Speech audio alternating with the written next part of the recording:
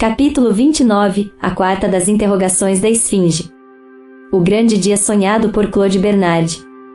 Uma visão retrospectiva pelas páginas do presente livro e os 3 postulados do mesmo sobre um segundo corpo que sobrevive à morte, um segundo mundo superior ao qual se passa com esta, e seres rinas que habitam nesse mundo. Resumo dos fatos rinas anteriormente expostos e de outros 1000 cuja enumeração é impossível. Aladim, o rina de Alá e São Genádio, o rina de Deus.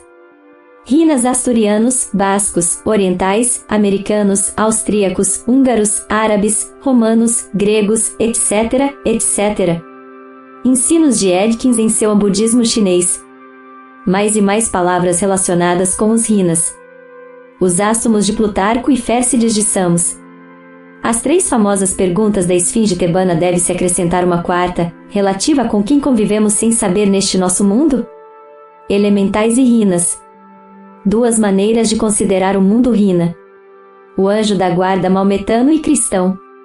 A luz da consciência e nosso grande rina dormido. Plenitude, o breviário otimista de Amado Nervo. A pedra filosofal não é senão o princípio da sabedoria rina. Fim da apresentação. A presente era, egoísta e materialista como nenhuma outra, ao nunca levantar os olhos da terra, afasta, com sua insensata cegueira, a chegada daquele grande dia sonhado pelo sábio Claude Bernard, dia em que o fisiologista, o filósofo, o matemático e o poeta falarão a mesma linguagem transcendental, entendendo-se maravilhosamente uns aos outros. Mas, enquanto o mundo, em sua louca corrida, não corrigir seu desvio para essas grandes questões, sempre terá sobre seu pensamento e seu coração o enigma terrível da morte, porque, como não vive santamente e não investiga pouco nem muito no grande problema, não pode morrer com a alma serena de quem sabe, como todos os arianos, que não há mais diabo do que nosso próprio corpo tentador, do qual triunfamos com a morte, renascendo em corpo espiritual ou rina, como nos disse São Paulo. No entanto, nossa consciência não nos remorde por termos agido assim no decorrer deste complexo livro, no qual, como disse o título, pretendemos nada menos do que matar a morte, como pretendia e conseguiu o último iniciado cristão.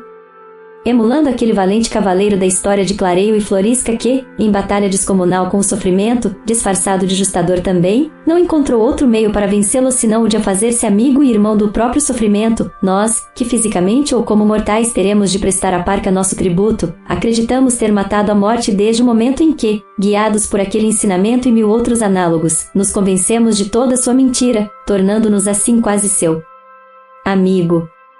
E, desejosos de comunicar semelhante convencimento aos nossos leitores, escrevemos este livro tão abigarrado quanto sincero, apoiando nestes 3 postulados, demonstrados 100 vezes e sempre demonstráveis, que nos é obrigatório lembrar como resumo, que, presidindo a todas as funções de nosso corpo material ou químico e visível, há outro corpo espiritual, o corpo glorioso, ordinariamente invisível, que sobrevive à morte física segundo o ensinamento unânime das religiões, do espiritismo e até mesmo do próprio senso comum não pervertido pelas covardias materialistas. Para corroborar tal postulado, dirigiram-se os capítulos I ao 7º deste livro, capítulos nos quais, com o ensinamento unânime de diversos iniciados, como Pitágoras, Platão, Plutarco e São Paulo, foram simultaneadas as novíssimas conclusões da hipergeometria e do método analógico, que é o método mais fundamental de todos os conhecidos pela nossa própria ciência positiva. Nota explicativa.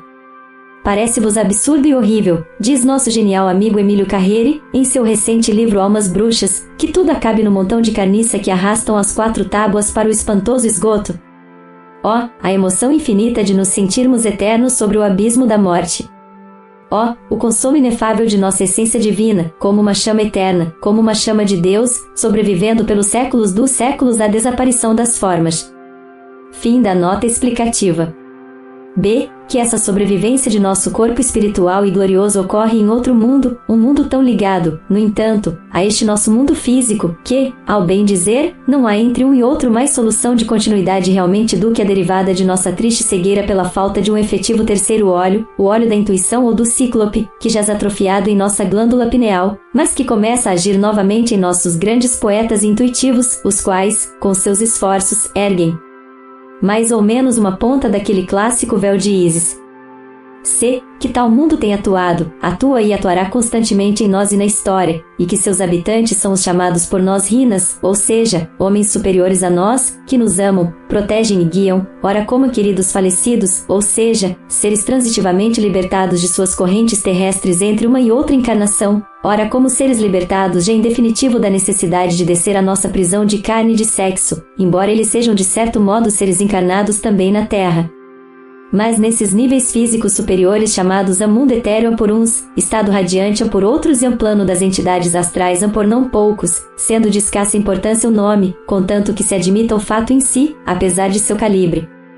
Mas, ao bem dizer, este último ponto era o de maior importância, dada a nossa lamentável prática mental de pedir fatos em vez de pedir leis, ou, melhor, indagar princípios. Todos os capítulos restantes, do 8º ao 28º, se endereçaram a aportar fatos e mais fatos de interferência, de conexão, de convivência, em uma palavra, entre homens rinas ou superiores e homens inferiores ou propriamente ditos. E não se diga que não foram encontrados em abundância tais fatos, que foram se encaixando como cerejas e saindo com não pouco desordem histórica e geográfica, de acordo com as naturais exigências expositivas.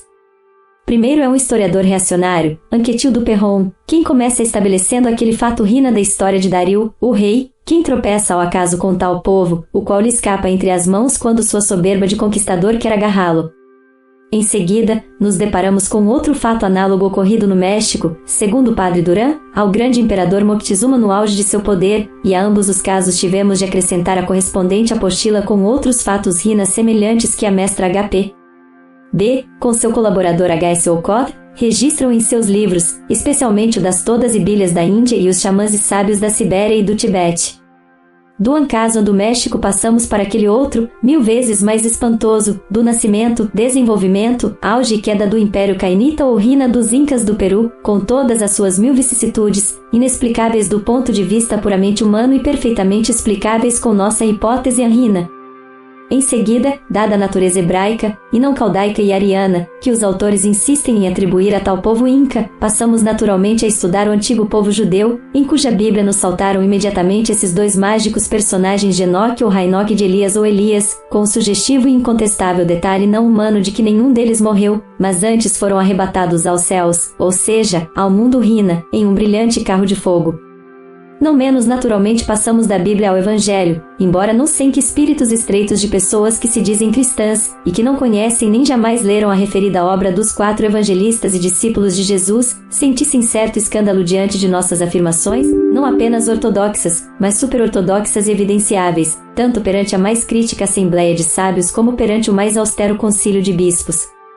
Os fatos rinas saltaram, de fato, dizemos, aqui e ali com uma verdadeira abundância espantosa e desconcertante, contribuindo para fortalecer o sublime prestígio de que o Evangelho desfruta, tanto entre cristãos das 3 confissões em cisma como entre os livres pensadores e os homens de religiões estranhas ao cristianismo.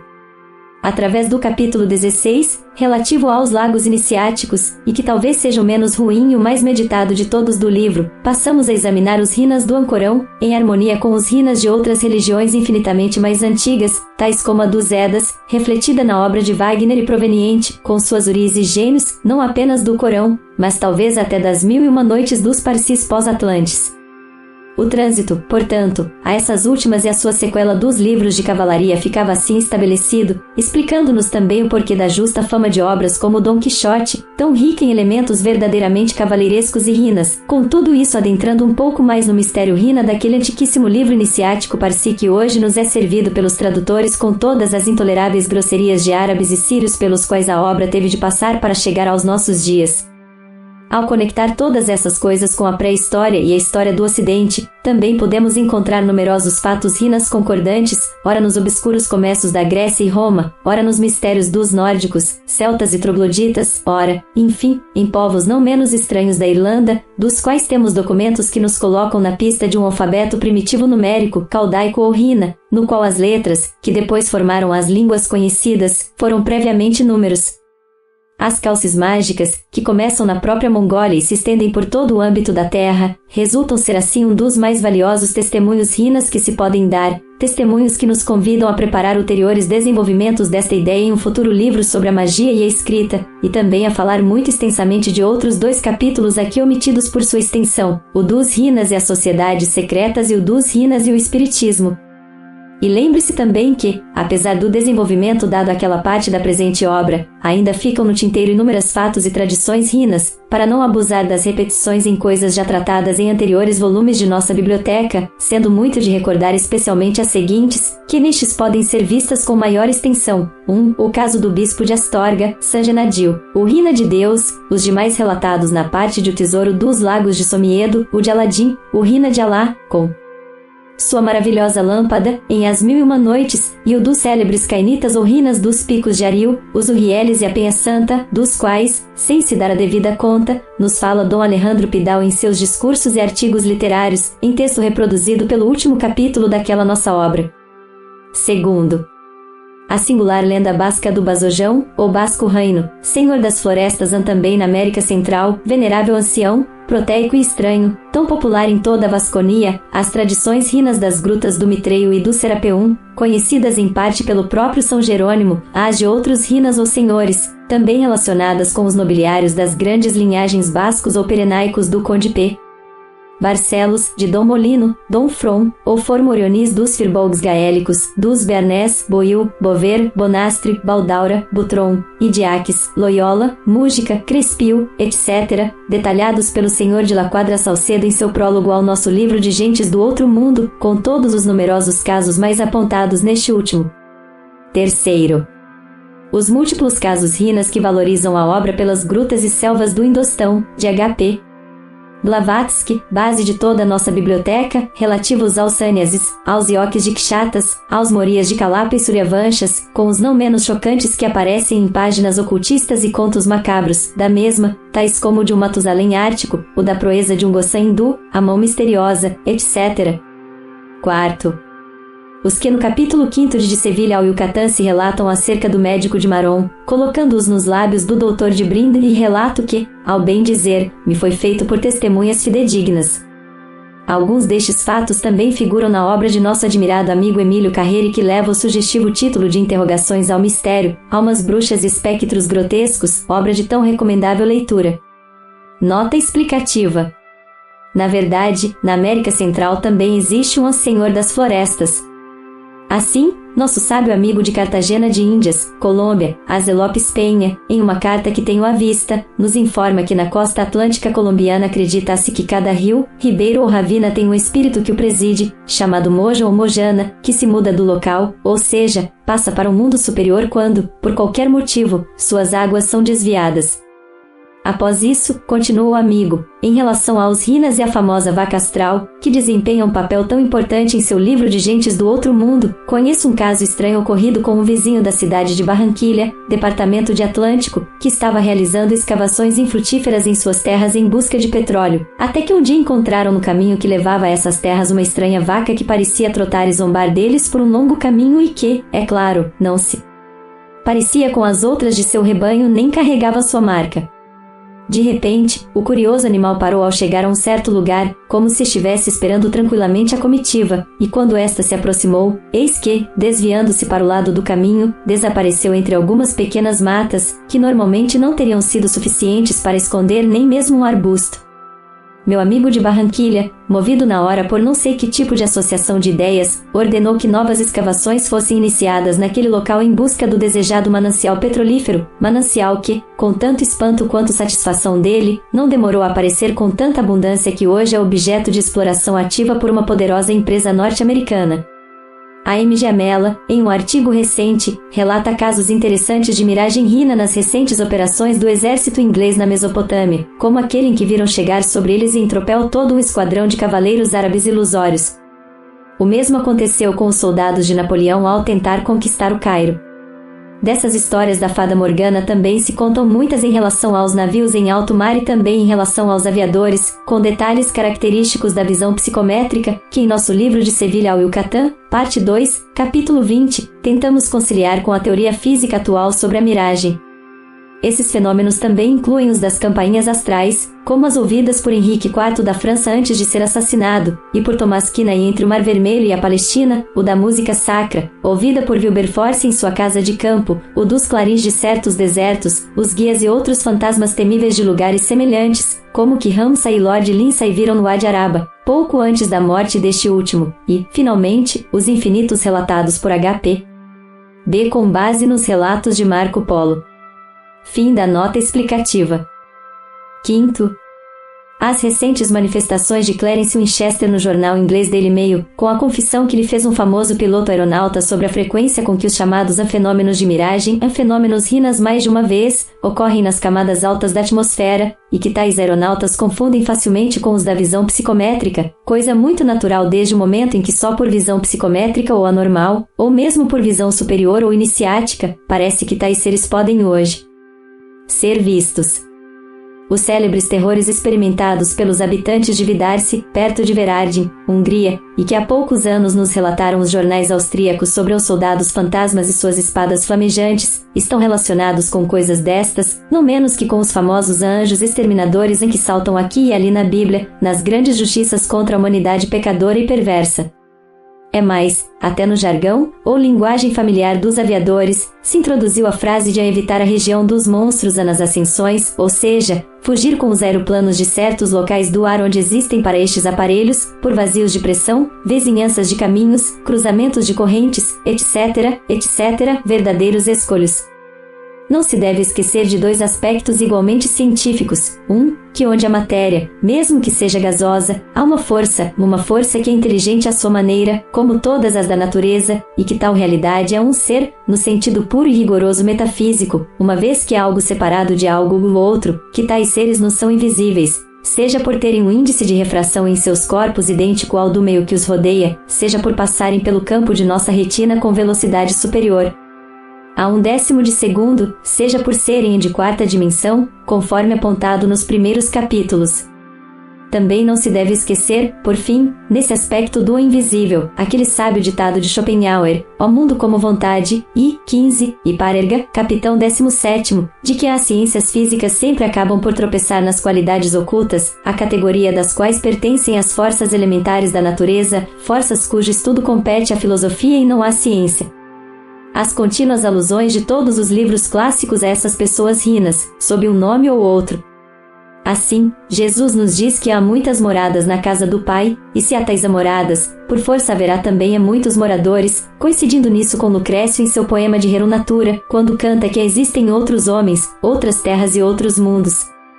Não é outra coisa que isso que é consignado por muitos outros, como o padre Kircher, em seu Oedipus Aegyptiacus e em sua Viagem Estática Celestial, Antônio Reita, em seu Oculus Enose Elio e Plutarco, ao falar daquele misterioso velho que disse ter encontrado na margem do mar Erítreo, Euclides, ao falar de seu mestre Calias ou antigo Proclo, ao consignar em seus comentários ao Timeu, que Deus ergueu junto a nós uma terra imensa, com montanhas e cidades análogas às nossas, terras rinas,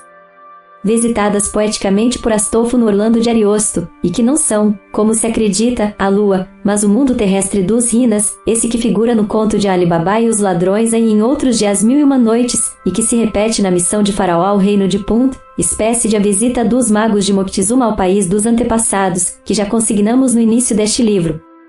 Nota explicativa. Nosso amigo D. José Maria Duarte Y de Jauregui, de Pamplona, nos forneceu de sua biblioteca um precioso livro manuscrito intitulado A Memórias e Antiguidades da MN e a Cidade de Tudela, de Navarra, cópia literal de outro manuscrito que pertencia ao antiquário de Tudela de Juan Antônio Fernandes, falecido por volta de 1817, e que era considerado uma das memórias deixadas por escrito pelo ilustre tudelano Sr. D. José Vicente Dias Bravo, carmelita descalço, bispo de Durango na América, cujo retrato estava na caixa da escadaria principal do convento dessa ordem, em Tudela, na época de sua extinção, como expressa em sua introdução o comentarista ou continuador de Felipe de Ochoa, notário real, eclesiástico e castrense de Tudela.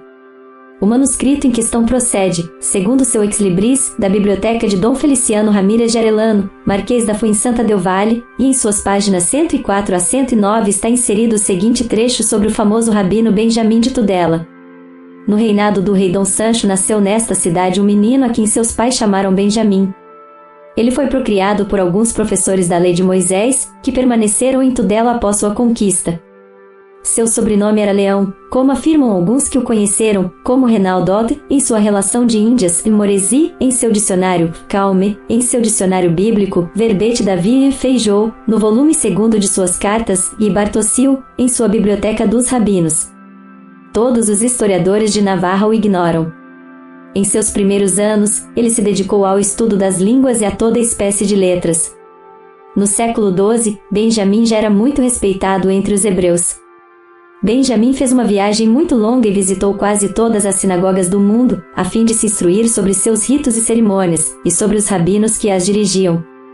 Ele deu uma breve e clara descrição de tudo isso em um livro que imprimiu com o título de Itinerário de Benjamim de Tudel, no qual são descritas de forma breve e clara as coisas memoráveis que, há cerca de 40 anos, ele mesmo viu ou ouviu de pessoas confiáveis durante suas viagens ao redor de todo o globo terrestre, marcadas em seus itinerários.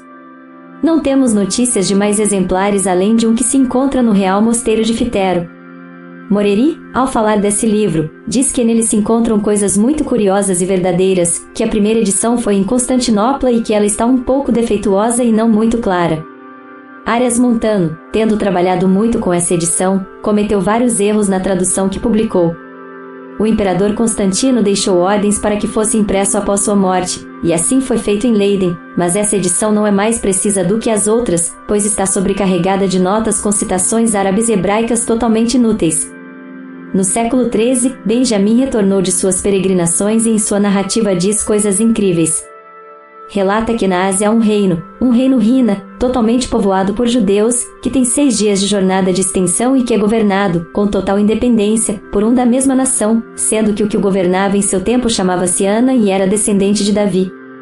Este tinha outro irmão chamado Salomão, que governava outro reino também de judeus, com independência de seu irmão. Ele também fala de outros estados e repúblicas judaicas, puramente imaginárias, que eram governadas por judeus com independência de outros. Que essa narrativa não tem verossimilhança, visto que está claramente estabelecido em vários textos sagrados, é evidente pela tradição universalmente aceita no mundo, que afirma que os judeus, após sua dispersão, não têm um lar nem um reino próprio, mas vagam como exilados e dispersos pelo mundo, em castigo pela perfídia de seu pecado. Fim da nota explicativa. Fim desta parte.